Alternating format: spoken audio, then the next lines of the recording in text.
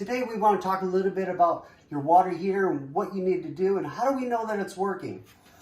And what kind of maintenance do we need to do with this thing every year? So first of all, those days of having a pilot light where we have to get inside of that thing and heat it or light it up, those days are gone. We have an electronic ignition on our gas valve.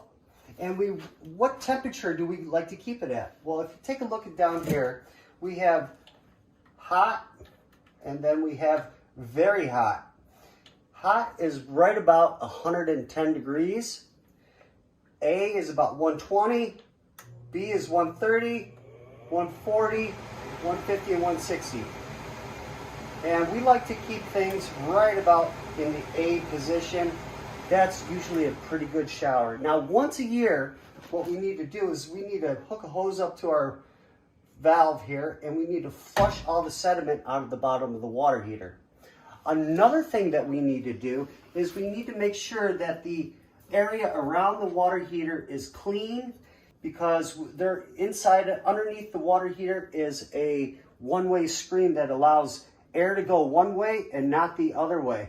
So if we spill some paint or something that's flammable here, it won't catch it on fire. Sort of like the old days when the water heater lit up, it did a flame rollout. Well, those days are gone.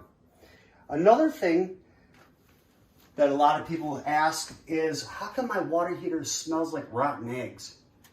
Well, inside of the water heater, we have something called an anode rod. And what that does, it's a sacrificial anode rod that corrodes before the tank corrodes. And that is placed right in here. And it usually says anode on the top. You're going to need 1 1/16 socket to pull that thing out. If it's depleted, we need to change it. If you got a rotten egg smell, that's where it's coming from. Another thing that we want to make sure that we do is every year we want to make sure that we exercise the gas valve. We want to turn it off, turn it on, make sure all that's in working condition. And that's your tip from Sunshine Home Services, where the sun is always shining.